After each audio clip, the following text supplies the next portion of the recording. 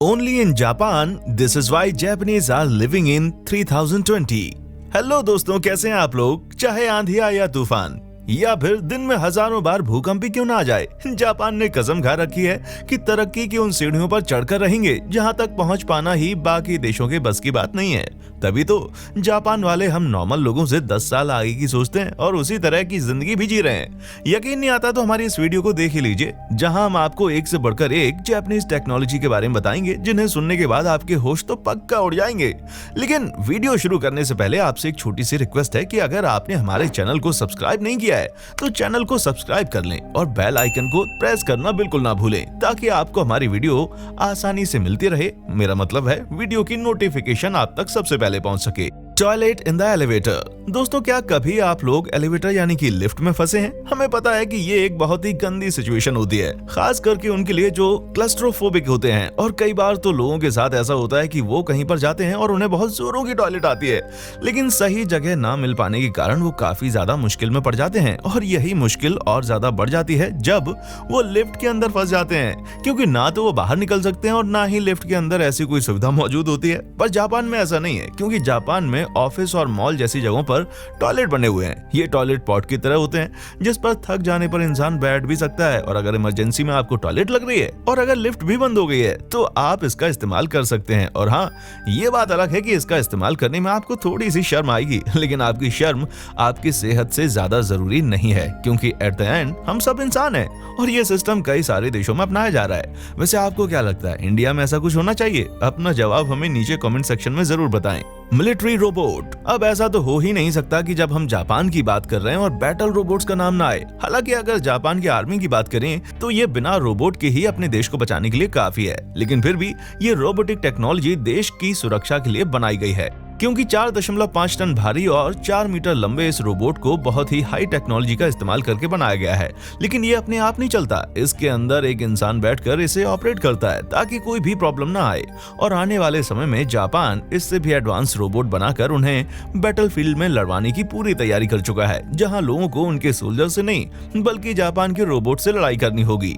AED vending machine. अगर आप vending machine के बारे में जानते हैं तो आपको ये पता होगा कि इससे चॉकलेट, चिप्स और कोक वगैरह निकलते हैं, लेकिन ये सब नॉर्मल देशों में होता है, क्योंकि जापान तो सभी से 10 हाथ आगे है। यहाँ पर एक और चीज के लिए वेंडिंग मशीन उपलब्ध है, और सिर्फ इतना ही नहीं, यहाँ की वेंडिंग मशीन में फर्स्ट एड की सुविधा भी उपलब्ध है, क्योंकि अब क्या पता कब इस चीज की हमें जरूरत पड़ जाए। वैसे तो जापान के अंदर एम्बुलेंस बहुत तेज स्पीड में अपना काम करती है, लेकिन फिर भी कई बार सिचुएशन इतनी ज्यादा क्रिटिकल हो जाती है कि एक एक सेकंड जरूरी होता है, और इसी वजह से ये खास वेंडिंग मशीन जगह जगह उपलब्ध कराई गई हैं। Colour changing clothes. हम सभी चाहते हैं कि हमारे पास हर कलर के कपड़े हों, लेकिन अब एक इंसान कितने कपड़े खरीदेगा? और इस चीज को सोचकर जापान ने एक बहुत ही हाई टेक्नोलॉजी के कपड़े तैयार किए हैं, जो अपना कलर और डिजाइन आपकी सहूलियत के हिसाब से चेंज कर सकते हैं। यानी कि जब आपको एक कलर चेंज करके दूसरा कलर पहनना हो तो आपको सिर्फ एक बटन प्रेस करना होगा, बाकी सारा काम ये ऑटोमेटिक ड्रेस खुद ही कर लेगी, जिससे कोई ये समझ ही नहीं पाएगा कि आपने कब कपड़े बदल लिए। और वाकई ये टेक्नोलॉजी टेक्सटाइल इंडस्ट्री में क्रांति की तरह है। व्हील चेयर एक्सेसिबल बस। अच्छा, आपने कभी हमारे भारत में चलने वाली बसों को देखा है? हम भी क्या सवाल पूछ रहे हैं आपसे, जरूर देखा होगा और कई बार तो बैठे भी होंगे। लेकिन एक बात तो पक्की है कि बस के ऊपर चढ़ने में आपको 3-4 सीढ़ियां तो चढ़नी पड़ी होंगी, क्योंकि बस बड़ी जो होती है, और इसी कारण जिन लोगों के घुटनों में दर्द होता है वो लोग जल्दी बस में चढ़ने की हिम्मत नहीं कर पाते। तो व्हील चेयर वाले लोग तो दूर की बात है, लेकिन जापान में ऐसा कुछ नहीं है। जापान के अंदर आपको अगर कोई भी डिसेबिलिटी है तो उसका समाधान मिल जाएगा।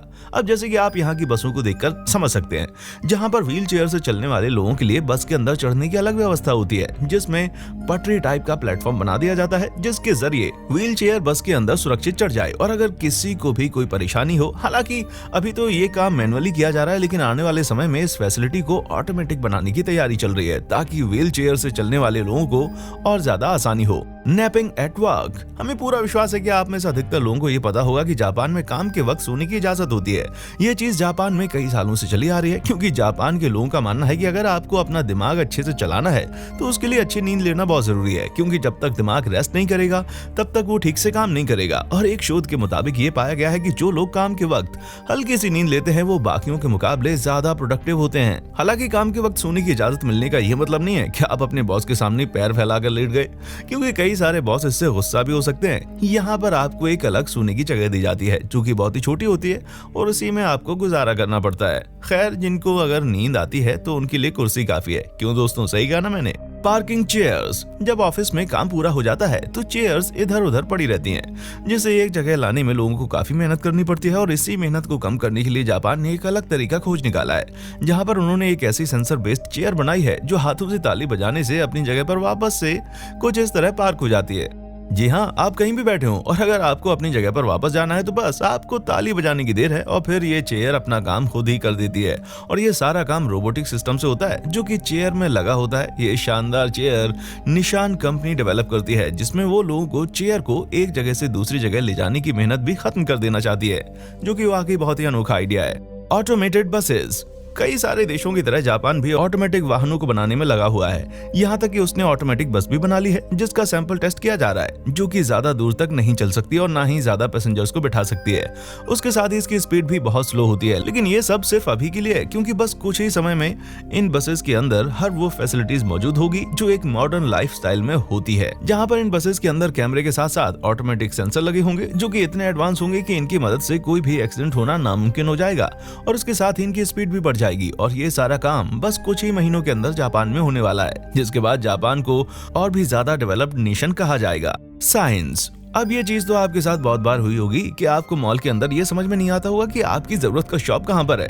और इसी चीज को आसान बनाने के लिए जापान में डिजिटल मैप मौजूद हैं, जिनकी मदद से आपको बस ये बताना है कि आपको किस फ्लोर में जाना है और फिर उस फ्लोर का सारा मैप आपके सामने मौजूद हो जाएगा। जिसके बाद अगर आप उस फ्लोर के डिजिटल मैप पर खड़े हैं तो ये मैप आपको जाने के लिए पूरा डायरेक्शन भी बताएगा, जिससे आपकी शॉपिंग और ज्यादा सिंपल हो जाएगी। बस प्लेटफॉर्म्स। पतली सड़कों पर पब्लिक ट्रांसपोर्ट चलाना अभी भी चैलेंज बना हुआ है, खासतौर पर बड़े आकार की बसों के लिए। और तो और पार्किंग वगैरह में और ज्यादा दिक्कत होती है, ऊपर से जापान जैसे देश में जहां पर हर स्क्वायर फीट बहुत ज्यादा कीमती है। और इसी वजह से जापान में स्पेशल प्लेटफॉर्म बनाए गए हैं, जहां पर ये प्लेटफॉर्म पूरी तरह से रोटेट होते हैं।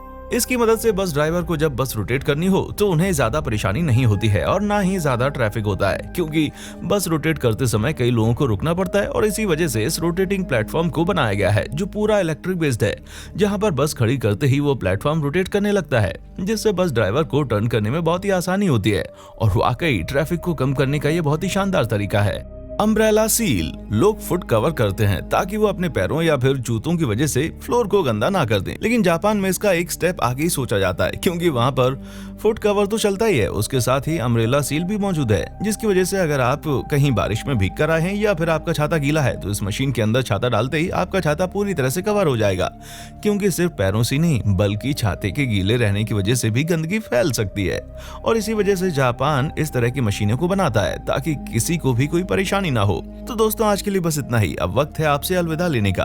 आपको हमारी आज की वीडियो कैसी लगी हमें नीचे कमेंट करके जरूर बताएं और ऐसी ही इंटरेस्टिंग वीडियोस को लगातार देखने के लिए हमारे चैनल को लाइक, शेयर और सब्सक्राइब करना ना भूलें। देखने के लिए शुक्रिया।